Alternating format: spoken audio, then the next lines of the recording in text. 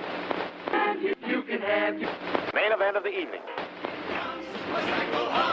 ready to race to you. These days are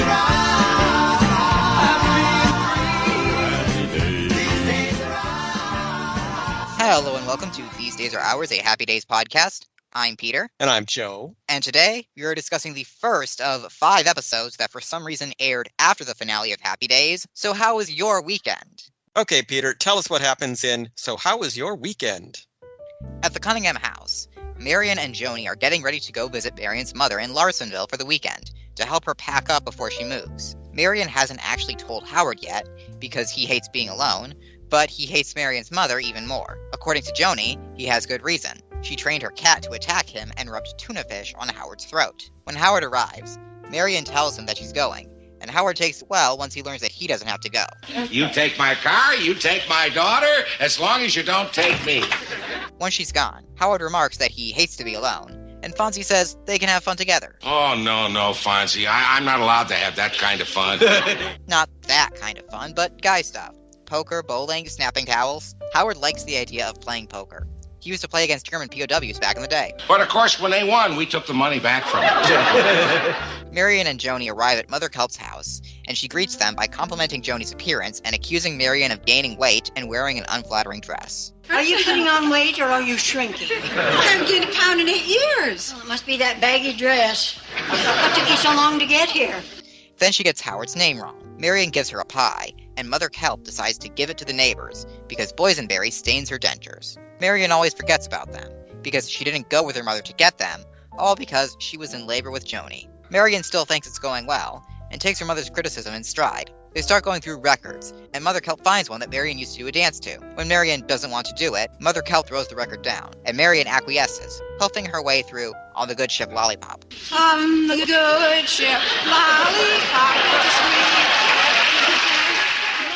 Mother Kelp says she did it wrong, and performs it herself. Back at the Cunningham house, Howard and Fonzie are getting ready to play poker with Roger and Chachi. The only problem is that Roger doesn't know how to play. What? I've never played poker before. Give me a break. He wants to learn, though, because poker figures so heavily in the literature of the American West. And he was the interfraternity bridge champ at Yale. The others make fun of him, and Roger snaps. He's tired of being made fun of because he's well-educated. I'm sick and tired of being made to feel ignorant just because I'm well-educated. He tries to storm out, but Fonzie convinces him to stay. They agree not to mock him anymore. And after a quick rundown of the rules from Howard, 2 pair beat a pair, 3 of a kind beat 2 pairs, straight beats 3 of a kind, a flush beats a straight. A full house beats a flush, 4 of a kind beats a full house, and a straight flush beats 4 of a kind. You understand that?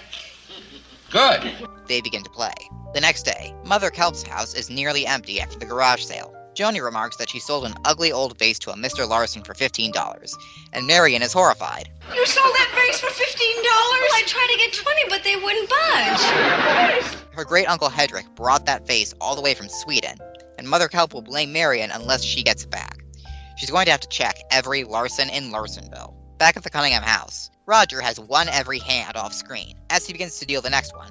1, 1, 1, 2, 2, 2.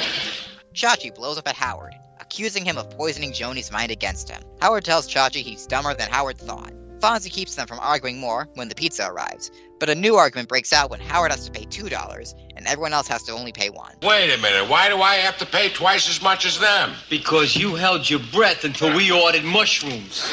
Howard reminds Fonzie he kept his rent down to only $55 for 6 years, even though Fonzie makes more money than Howard does, because his rent was only $55 for 6 years. As they start fighting over Fonzie's free repairs work, Roger tries to interrupt, and Howard tells him to put a sock in it. As the four of them argue more, Fonzie once again puts a stop to it. Now I say stop fighting and let's have fun! And Roger deals the cards in silence. They make amends, and Howard even admits to Chachi that he's the only boy Joni brought home who didn't turn Howard's stomach. The next day, Marion has succeeded in getting back the vase. She's also soaked, because one Larson she met was a fireman with a mean streak. Mother Kelp is passive-aggressive when Marion gets home. Oh, Marion, what happened to you? Been playing in the sprinklers again?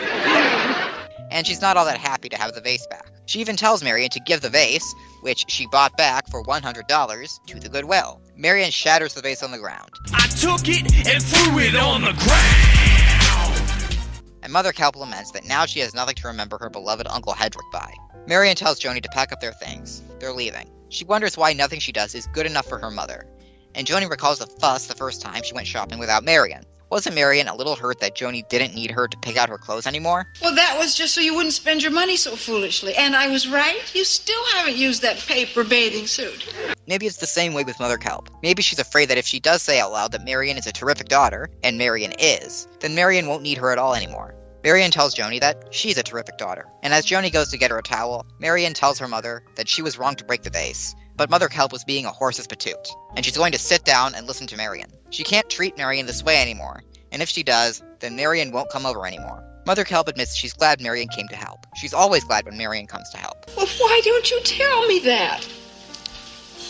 Marion, you come to visit and I want to say something nice, and then I open my mouth and something else comes out. She just wants to know Marion still needs her. Marion says they'll always need each other, and they hug.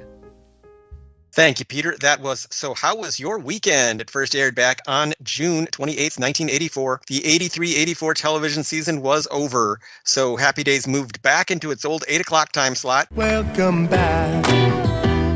Your dreams were your ticket out. That night, it served as the lead-in for an unsold pilot called Bliss, starring Diane Stillwell as an executive who leaves her high-powered job to run her father's chocolate factory. So who can I trust to run the factory when I leave and take care of the Oompa Loompas for me? The cast also includes George Kennedy and Chris Sarandon. Happy Days and Bliss came in a distant third for the hour. CBS won the hour with a rerun of Magnum P.I., the very show that had killed Joni Loves Chachi. In this episode, TC and Higgins are held hostage by an escaped convict who plans to kill Magnum. I'm coming out to get you. I'm gonna kill you. And NBC came in second with a rerun of Gimme a Break. Give me a break! In which Julie devises a plan to sneak into an Andy Gibb recording session. This was followed by a rerun of Family Ties, in which Alex invites 2 dates to the senior prom. So, Peter, of those 3 choices, what are you watching? Honestly, the Gimme a Break one sounds the most intriguing. I'm also kind of interested in that Family Ties rerun because I hear the joke about sitcom episodes where someone has to sneak between 2 dates all the time. But thinking about it, I don't know if I've ever actually seen one of those, except I guess for Hannah Montana, the movie. But that's a movie, not a sitcom episode, so I don't know if it really counts. So I'd love to see a pure example of that trope without any irony or self-awareness. Personally, I am watching Magnum P.I. I have to see if that escaped convict kills Magnum. Spoiler alert, but he does kill Magnum, and for the rest of the show, he's replaced by his identical cousin. So How Was Your Weekend was directed by Jerry Paris, and it was written by Paula Roth. This is Paula's last script credit on Happy Days. She was on the writing staff for the last 3 seasons. After Happy Days, Paula worked on Hanging with Mr. Cooper and Perfect Strangers. As for guest stars this week, obviously the main one is Billy Bird as Mother Kelp. On the good ship, lollipop, it's sweet, where the bum play. Billy was an actress from Pocatello, Idaho, who was a near constant presence in TV in the 1970s, 80s, and 90s, often playing eccentric and outspoken old ladies. She was a regular on at least 3 sitcoms, It Takes Two, Benson, and Dear John. Billy was an orphan who started performing with vaudeville troupes when she was just a child. She started getting film roles in the 1950s and kept working for the next 4 decades. Her movies include Home Alone, 16 Candles, Grandpa is talking to you. Dennis the Menace, The Odd Couple, Ernest Saves Christmas, Gary Marshall's Young Doctors in Love, several Police Academy movies, and many more. On the small screen, Billy guested on The Wonder Years, Cheers, Who's the Boss, Murphy Brown, The Facts of Life, and many other shows. She died at the age of 94 in 2002. Peter, what did you think of Billy Bird as Mother Kelp? Billy Bird is very believable as this criticizing, negging, manipulative mother, and it's actually kind of a problem that she is too good in the role because I did not buy Mother Kelp's redemption at the end. Not after we've spent half an hour of her bullying Marion, destroying her self-esteem. She was entirely too good. As Mother Kelp was written and performed, she is a hateful monster, and I did not want to see her and Marion reconcile. I wanted to see her get hit by a truck. That's not a criticism of Billy Bird. Like I said, she's very good in the role. It's just that the role is awful and I hate it. I was very familiar with Billy Bird because she was on every sitcom when I was growing up, so I had some residual affection for her. For most of this episode, she is a manipulative, hateful monster, but I did buy the redemption arc at the end, mainly because they undercut the sweetness of the scene by having Mother Kelp still make a face when Howard is mentioned. I know that you also love Howard. Mother. So you know that Mother Kelp hasn't completely become this sweet angel all of a sudden. We also have Rhonda Aldrich as the pizza delivery person. How much do I owe you for this pizza? $5.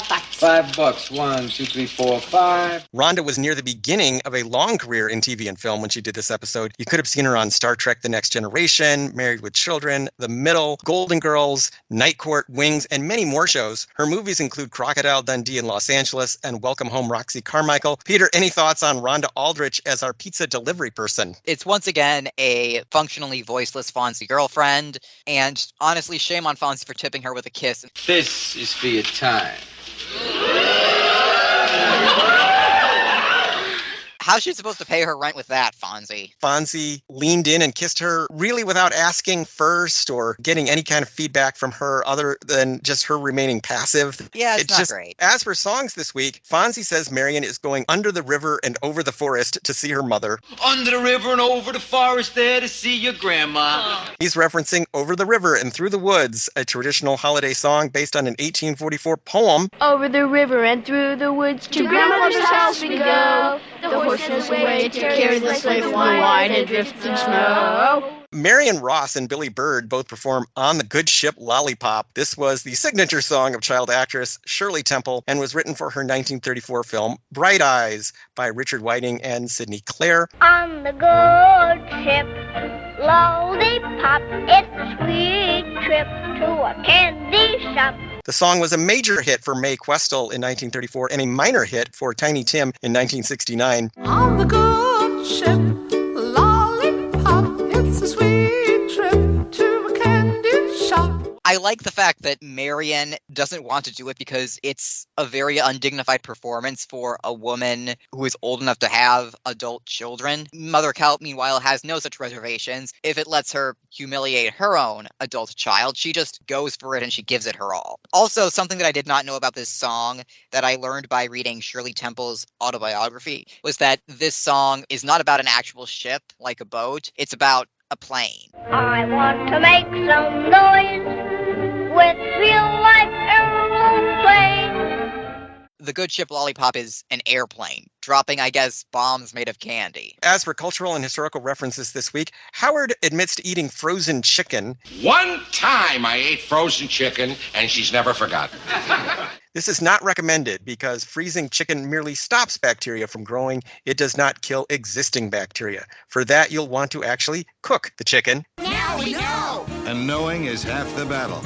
Mother Kelp's house is very obviously the same one from Mork and Mindy. That's 1619 Pine Street in Boulder, Colorado. The house is still standing and is a popular tourist attraction to this day, but it is not a museum, so you cannot go inside. So, do you think it's possible that within the Marshallverse, it is the same house? Decades after Mother Kelp sold it, Mindy and her family live there? Possibly, although that would have been a hell of a drive for Joni and Marion. Yeah, so maybe not, I guess. It's a shame. Mother Kelp referring to Howard as Herman. Did Herman try to talk you out of coming? Mother, it's Howard. Who? Feels like a ripoff of Bewitched, where Endora was constantly mangling her son-in-law Darren's name. She called him Durwood, Darwin, and Dum Dum, among others. You'd better run along, Durwood. We don't want you to be late for doing whatever it is you do. Marion says she and Joni stopped at Paula's Pies. There is a famous bakery with this name, but it's in England. So that could explain why it took so long for them to get there, if they flew to England to Paula's Pies. Howard wears an absurd hat during the poker game, a yellow pork pie with an upturned brim and a red feather sticking out the side. This is meant to evoke the outlandish fashions of 1920s college students. It made me think of Guys and Dolls, like a very artistically daring production of Guys and Dolls. It feels like a very nicely Johnson hat. Something very funny has been happening to me.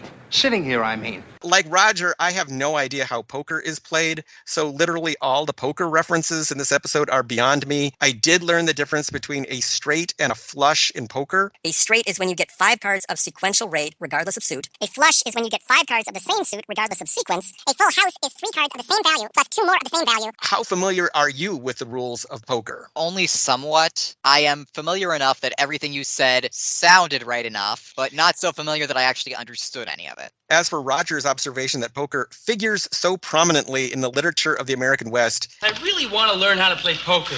You see, it figures so prominently in the literature of the American West. Oh, sure. That's what drew me to the game.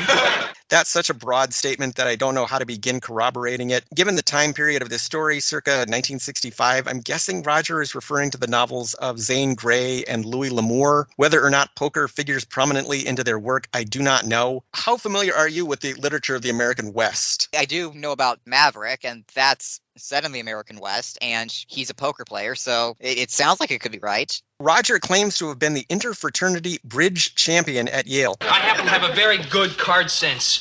I was the interfraternity bridge champion at Yale. This too cannot be corroborated, but Yale does have its own bridge club. According to the group's website, the Yale College Bridge Club looks to create the kind of environment in which such an esteemed game as bridge can be enjoyed. Most importantly of all, it is a tight-knit, jovial friend group which warmly welcomes all who would try their hand. A description that to me sounds extremely sinister. Come play with us, Daddy. Howard makes a joke about Roger getting drunk and going rowing. What did you do at Yale? Stay out all night long, get drunk, and go rowing? Rowing is a popular and quite competitive sport at Yale, Harvard, and other elite East Coast schools. The sport's snobbish reputation goes back to England in the 1700s, when the main participants were wealthy gentlemen with disposable income and free time. I think that water polo and lacrosse have taken over rowing as my default sports for snobs in my brain. Even though rowing probably has more of a history, I just don't think about it as often. It doesn't seem all that real to me.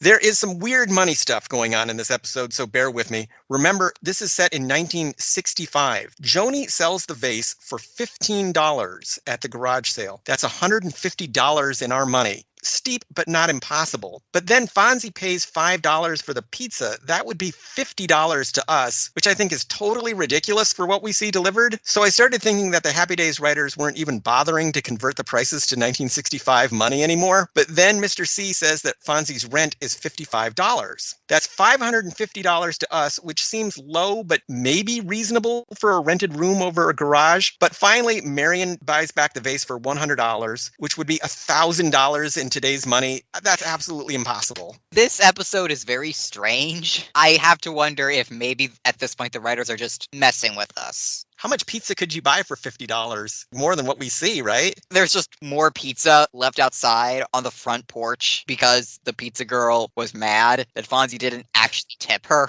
There's another Fonzie malapropism this week. We're here to play, not to pour salt on a dead horse. He's combining two idioms here, pouring salt on a wound and beating a dead horse. On a scale of 1 to 10 for Fonzie malapropisms, what does that one get? I'm going to give it a 6 out of 10. It's very striking imagery.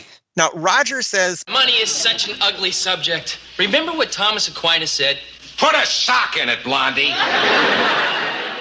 Well, what did this 13th century Italian priest have to say about money? Not a lot, it turns out. Money was not one of his main subjects as a philosopher, but he did weigh in on the topic a few times. He was very much in favor of charity, for instance, and strongly opposed to usury. He was also against investing for profit. He believed that the wealthy were obligated to help the poor, but otherwise lending money to others was not an obligation. To Aquinas, money was simply a medium for transactions and should be destroyed once used. I don't think Thomas Aquinas had a whole lot to say about money. Why do you think he brought up Thomas Aquinas in this conversation? Because Roger is a name dropper who likes to look smart. Roger gets mad in this episode that everyone makes fun of him, but not to be pro-bullying, but Roger, you kind of asked ask for it. Other observations this week. It seems cruel to leave Potsy out of this poker game, and the whole time there's an empty chair where he could have been sitting. Why isn't Potsy here? Was Anson Williams busy? He cannot have been. And to be clear, Anson Williams is going to appear in at least one episode in the future, so I don't know why he couldn't have been in this one, too.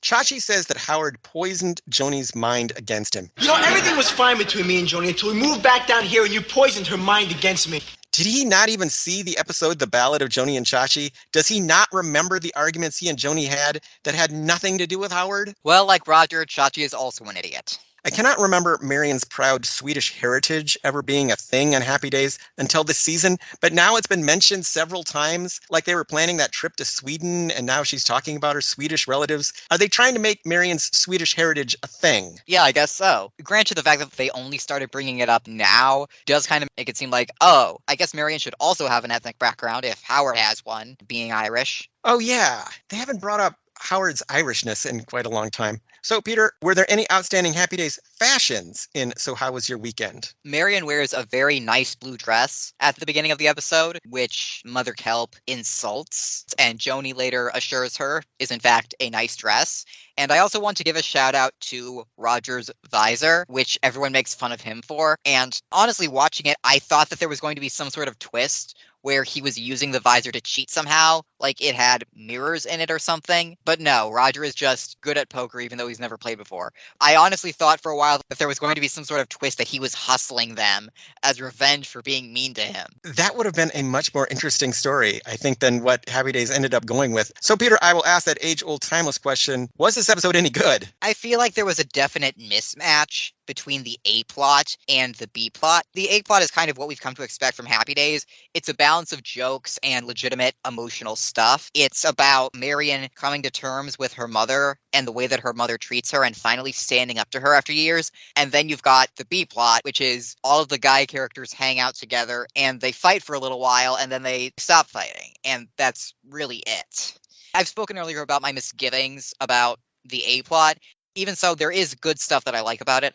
I like that it centers on Marion and Joni and Mother Kelp. So, hey, this is a Happy Days episode that legitimately passes the Bechdel test, which isn't necessary but is nice. And I do really like Joni consistently throughout this episode standing up for her mother and being supportive of her. And it is a very good acting showcase for Marion Ross. I thought so too. In fact, I think a more satisfying ending to this episode would have been if Marion and Mother Kelp didn't have a reconciliation, but Joni told her it doesn't matter. You don't have to earn her validation, and Marion could have left with some dignity intact. And Mother Kelp can clean up the broken vase herself. Yeah, all in all, I think the most interesting thing about this episode is that we've heard about Mother Kelp for 11 seasons and never seen her. And we don't want Mother Kelp to be a letdown after those 11 seasons. She has to live up to the hype, basically. And I think Billy Bird lives up to the hype. Now we understand why Howard hates her so much and Howard hates to spend time with her. We don't get to meet her murder cat, though. No, that would have been too expensive to film,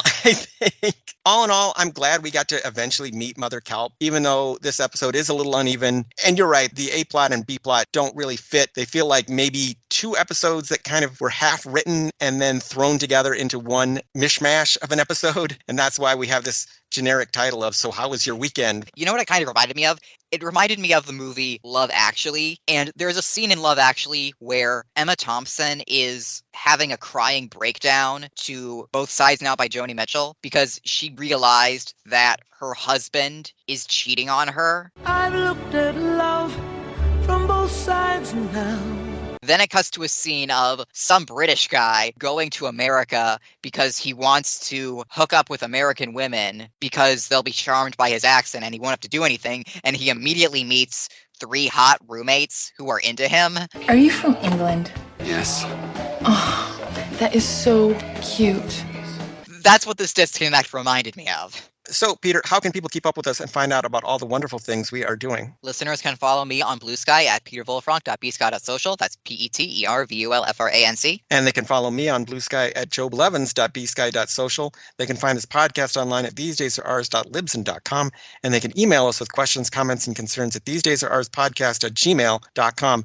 So, Peter, what do we have on the docket for next week? Next week, Chachi becomes a dance instructor for senior citizens, all the while trying to convince people that he is, in fact, still a rock star. In Low Notes. Sounds like a lot of chachi in that episode, but we'll review it anyway, so see you later, alligator. In a while, crocodile. Motherly love. Motherly love. Forget about the brotherly and otherly love. Motherly love is just a thing for you. You know your mother's gonna love you till you don't know what to do. I'm sick and tired of being made to feel ignorant just because I'm well educated.